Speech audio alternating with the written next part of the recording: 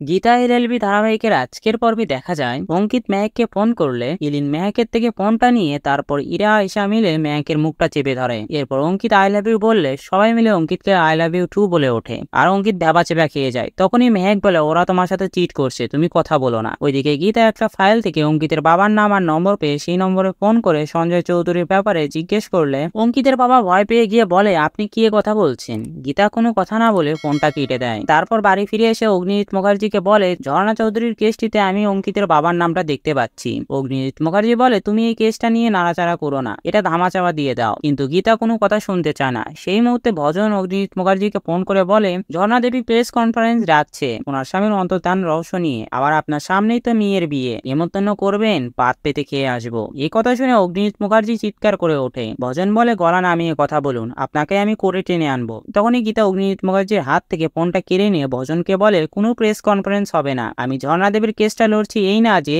আমি আমার শ্বশুর মশাইয়ের হাতটা ছেড়ে দিয়েছি। এই বলে ফোনটা কেটে দেয়। তারপর গীতা অগ্নিজিৎ মুখার্জিকে বলে আমাকে ভুল বুঝবেন না, আমার আপনার প্রতি যেমন একটা কর্তব্য আছে আইনের প্রতি একটা দায়িত্ব আছে। আমি যদি ঝর্ণা চৌধুরীর বিচার না পাইয়ে দিতে পারি তাহলে আমি 1 বছরে এখান থেকে চলে যাব। অন্যদিকে অঙ্কিতের বাবা একজনকে ফোন করে বলে ঝর্ণা দেবীর কেসটা নিয়ে আবারও জলগোলা হচ্ছে, সামনেই আমার ছেলের বিয়ে, আমি এইসব ঝামেলা চাইছি না, আমাকে এইসবের মধ্যে জড়াবেন না। তো বন্ধুরা ভিডিওটি কেমন লাগলো কমেন্ট করে জানাও আর এমন গসিপসে আপডেট পেতে আমাদের চ্যানেলটি সাবস্ক্রাইব করুন।